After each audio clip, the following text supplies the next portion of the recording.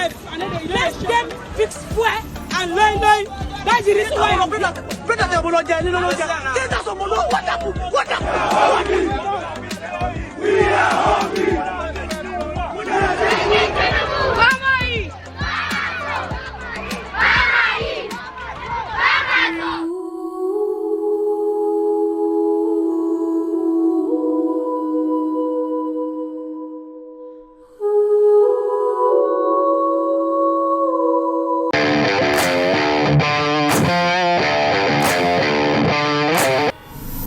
Well, turning to Nigeria now, where petrol queues are growing and panic is on the rise as locals face critical fuel shortages. That's as the country braces for nationwide protests over the cost of living crisis. Nigeria's state-owned oil firm has blamed the shortfall on an issue in its transport chain. That's as the capital city of Abuja and the country's largest commercial hub, Lagos, have taken a significant hit. Well, these shortages come as activists are gearing up for 10 days of protests set to kick off on Thursday. We spoke to Omoyele Sowore, publisher of Sahara Reports and a pro-democracy activist. He's concerned the government simply isn't listening to the people.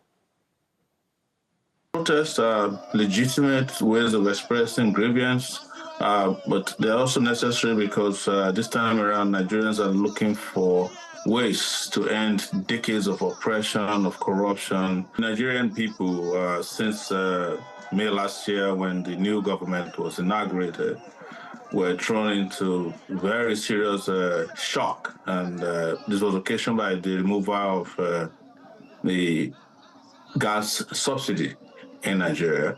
And following that, there was a floating of the Nigerian currency, Naira. And so since then, Nigerians have been suffering. And in addition to the fact that even the election itself were considered not legitimate. I participated in an election. They're some of the worst elections ever conducted in the country. So there's general disaffection with the government. But what is driving this, as is always the case, is that people have now gotten to the level of hopelessness. They're hungry, they're poverty-stricken. The young people who form the biggest portion of our population are likely unemployed. And government, the Tinubu regime doesn't seem to care about them. So they're coming together all across the country and globally, starting from August 1st, to shut down the country, Nigeria. That's the plan. Protest organizers are calling on the government to reinstate fuel subsidies that President Bola Tinubu partially lifted upon taking office in May last year. Since then, the country's inflation hit a record high of 34%. But before the streets have even seen a single anti-government protester, some went out to, wait for it, protest the impending protests. They're urging people to stay home on the 1st of August instead.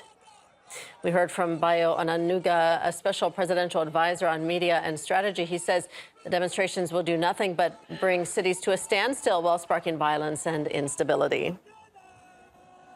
In the context of the promise by those who are organizing the protests that we're going to be a 10-day of rage, a 10-day or 10 days of revolution, 10 days of regime change. So this is not the language of protesters. This is not the language of Democrats who want something better for their country. It's the language of anarchists. And that's what the president is saying. Our president, from his political career, is known to be a protester himself. He's a Democrat. He's been on the streets, marching on the street before, protesting for better things in the society. So he's not averse to any protest. He's averse to those agents of violence. People want to use the problems we have now, temporary problems that we have now, to try to bring the government down, or to try to cause all kinds of disaffection or violence, destroy public property, and things like that. Those are the things that are worrying. Nigeria, they use computer. The leaders of Nigeria, they use radio where they turn the knob.